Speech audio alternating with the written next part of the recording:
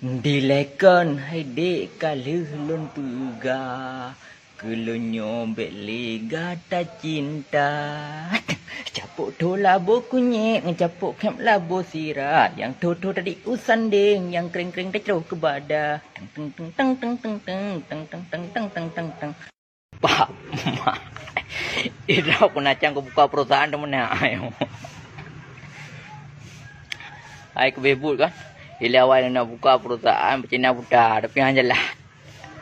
Anak orang tiang Pecina Buddha, sampai buka perusahaan temen tengah tahulah keban cara memasa sab temen kan. Mulai dari phone-nya untuk mungkin jenis praktek cara jenis kan. Hai lampu le pukul ma ketip uro Tuhan ke lang pap ma ke memang kahan anak gajah leman. Lang ma ke utara bru nap ma ke pegai ke Sunda. Banikan kan tiga-tiga ke mana haram jada iya boh nagen aning hana mano bengelang pap ma gini tiga-tiga kalau nyantai praktek lah nak kenju oke pap gaduh main TikTok katuha mentang bangai amenai bipeng pehom lang berat mak ke kalong pu urang apa urang tu perut lagi waka lang wua ke beu lang grepoh mano buat konten lagi nyong lah moto lagi ketemu moto nyo kon foto pelupuk Maria be ku kham ke lung celeb nyana perle boleh konten hubungi manajer mpo nyam budget kerja be budget sip ngomblo kerpu ngomblo lincah helap nyampe antri lo dia ka daftar 5 juta 10 juta yang sampai antri lo sampai minggu baru bala video nampung nampung ku gitu kajulah bah main permon kai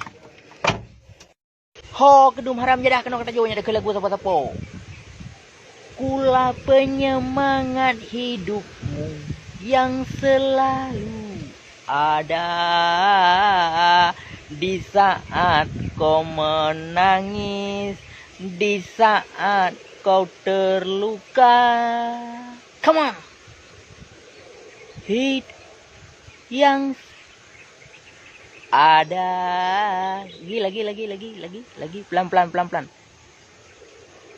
saat menangis lagi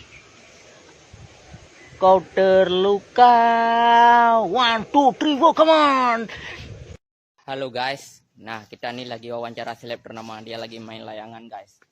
Ya bisa kalian tanyakan apa dia. Nih, hai. Halo.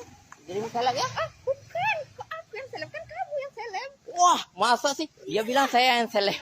Tapi saya kenal dia seleb. Masa ya? dia lagi main layangan? Oh, layangan siapa itu? Layangan anakku. Oh gitu, layangan anaknya dong, bukan layangan dia katanya. Oke dah, terima kasih. See you brother. Cuy, udah makan belum cuy? Makan, biar ada tai. Minum, biar ada kencing. Gua seleb cuy, perkenalkan. Seleb ternama urusan ini. Jangan lupa like, subscribe, dan share.